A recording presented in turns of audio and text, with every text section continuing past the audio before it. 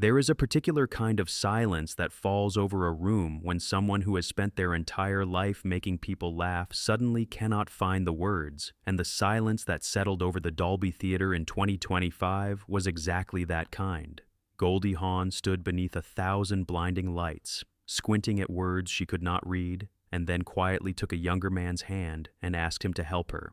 For millions watching from living rooms and phone screens around the world, that moment felt less like a stumble and more like a door swinging open on something none of us were quite prepared to see. She giggled her way through national television in a bikini and walked away with an Academy Award on her very first major film performance. Fought studios that told her no woman could produce her own movies, raised 4 children across 2 marriages and 1 extraordinary 4-decade partnership, and chose the same man freely every single morning without ever needing a marriage certificate to confirm what they already knew. She was invincible. Or at least that was the version of her story Hollywood preferred to tell. The truth arrived quietly, not in a prepared statement or a magazine cover, but in one unscripted moment that stripped everything back to something far more human than the legend had ever allowed. Goldie Jean Hawn came into the world on November 21, 1945, in Washington, D.C., born into a family that carried both music and grief in equal measure. Her father, Edward Rutledge Hawn, played and conducted as a band musician of German-English descent,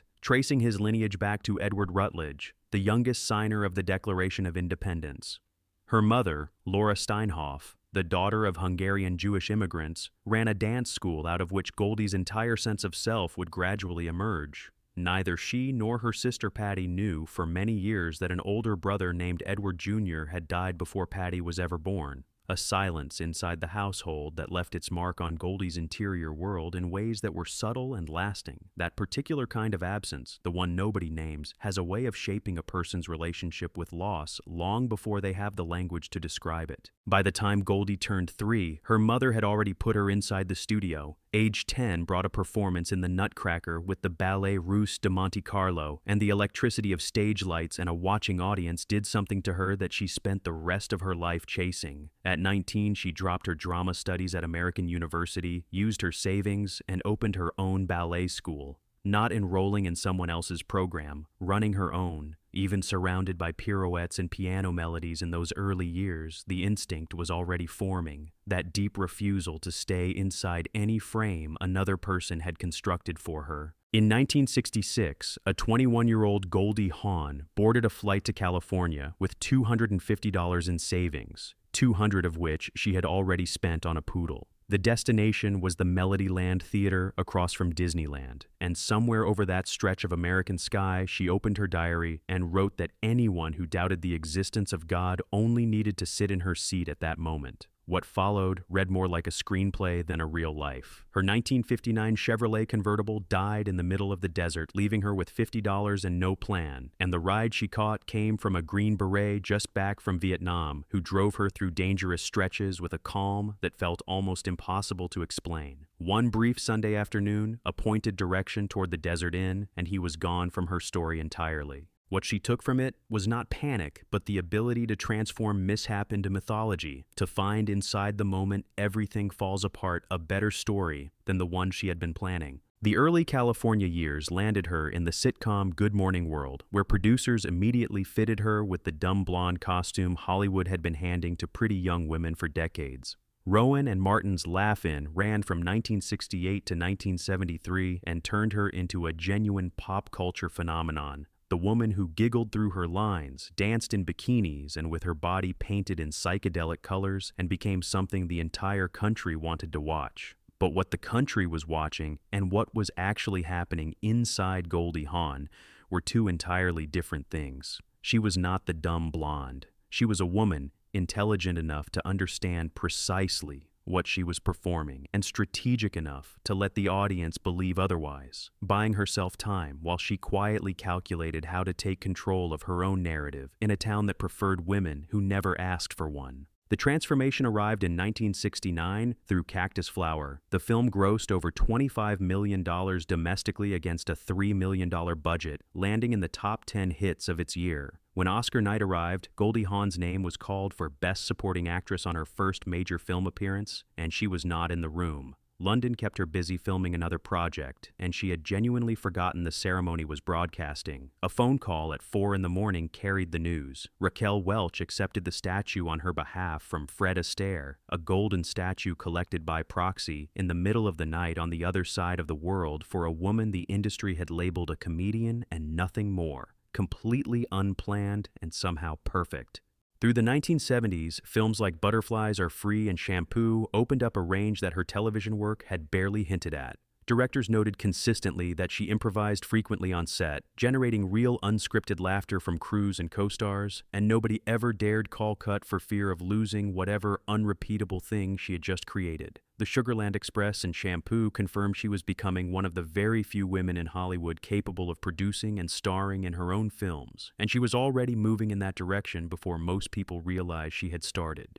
Private Benjamin in 1980 changed the conversation entirely. Every major studio delivered the same verdict. Nobody would pay to watch a women-led army comedy. Goldie produced it anyway, and when the original director walked off claiming the script carried anti-Semitic undertones, she brought in Howard Zieff and turned a near collapse into a $9.2 million film that grossed nearly $70 million, earned her Oscar and Golden Globe nominations for Best Actress, and became one of the biggest comedies of its year. Best Friends in 1982 grossed $36.8 million, and director Norman Jewison put it plainly, if Goldie's in, the film gets made. The commercial peak arrived in 1996 with The First Wives Club. The original script had been rejected by all three leading ladies, Goldie, Diane Keaton, and Bette Midler, and Goldie pushed for revisions that gave it the emotional balance the comedy needed. All three women signed an agreement that no one would steal screen time from the others. Made for $26 million, the film earned $181 million worldwide. Across the full span of her career, films featuring Goldie Hawn grossed over $2 billion at the domestic box office adjusted for inflation.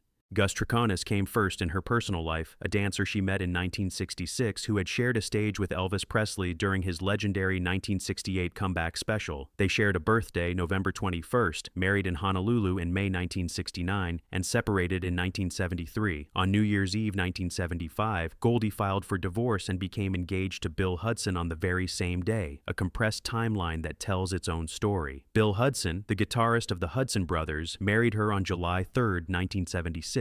In Tacoma Park, Maryland. Oliver Hudson arrived that September, followed by Kate Hudson in April 1979. The early years carried a free-spirited energy that photographs made look effortless, and then the cracks became impossible to ignore. Goldie's career accelerated while Bill's stalled, and she later put it plainly, some men simply cannot handle a wife who outperforms them. Bill filed for divorce in 1980. In 2015, Oliver posted a Father's Day photograph with the caption, "Happy Abandonment Day," and Bill responded by announcing Oliver and Kate were no longer his children and demanding they drop the Hudson name entirely. Kurt Russell and Goldie Hawn first crossed paths in 1968. She was 21. He was 16, adorable, and completely too young. Their paths didn't cross again meaningfully until 1983, when Swing Shift brought them together. Both single, both carrying the weight of ended relationships. What won Goldie over had nothing to do with anything Kurt said. Watching him move naturally around Oliver and Kate when they visited the set did it. The complete absence of performance in how he treated her children.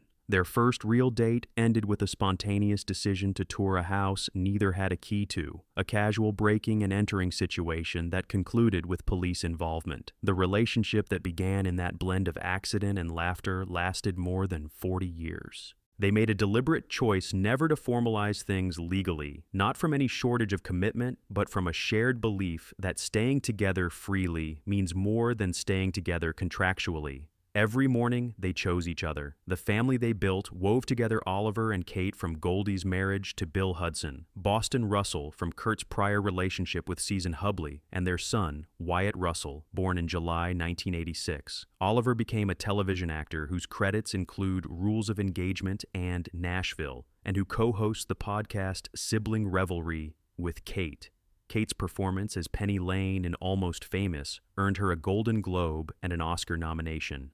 Boston chose distance from the spotlight deliberately and maintained it. Wyatt carved his own space through a breakout performance as John Walker in The Falcon and the Winter Soldier. Behind the grace and the commercial record, Goldie accumulated wounds that the smile rarely allowed anyone to see. Kirk Douglas treated her as decoration even after her Oscar win, cutting her off mid-sentence in meetings and dismissing her contributions until she closed her notebook, stood up, walked out of a development session, and never returned. Warren Beatty pursued her persistently until she declined clearly, and that's when quiet sabotage began, with industry rumors circulating that she was difficult and miscast. She never struck back. Chevy Chase improvised over her lines throughout Foul Play, pressured directors and pushed for scene changes that pulled focus toward himself, and despite the film's enormous 1978 success, she turned down every subsequent offer to work with him. Bill Murray arrived over an hour late to a table read, dismissed the material, and when Goldie delivered an emotional scene, told her to try acting like she had actually done drama before. She left the building and sent her withdrawal the following morning.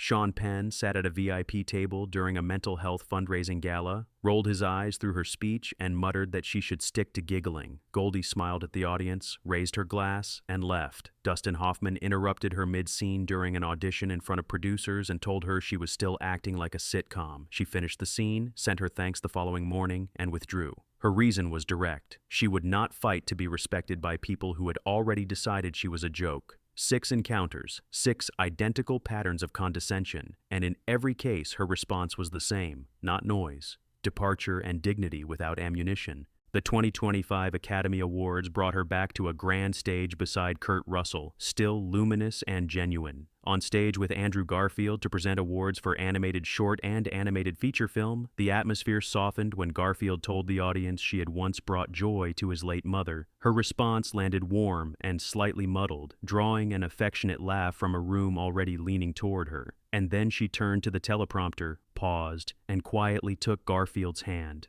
"Sweetheart, could you read that?" She was completely blind, cataracts, and she needed his help. The room laughed with affection rather than awkwardness. She opened the envelope herself and announced the winner, Flo, with complete accuracy. Those in rehearsal earlier reported she had been sharp, funny, and warm throughout, and the prevailing sense was that the intensity of the ceremony lights and sound, after years away from large public stages, had genuinely disoriented her. On social media, one comment landed with particular weight: "It's sad to see Goldie like this because age eventually reaches us all." What those words couldn't hold was everything that carried her to that stage. The little girl in the Washington, D.C. ballet studio. The 21-year-old crossing the California desert with $50 and a poodle. The actress who won an Oscar in her sleep on the other side of an ocean on her very first real film performance.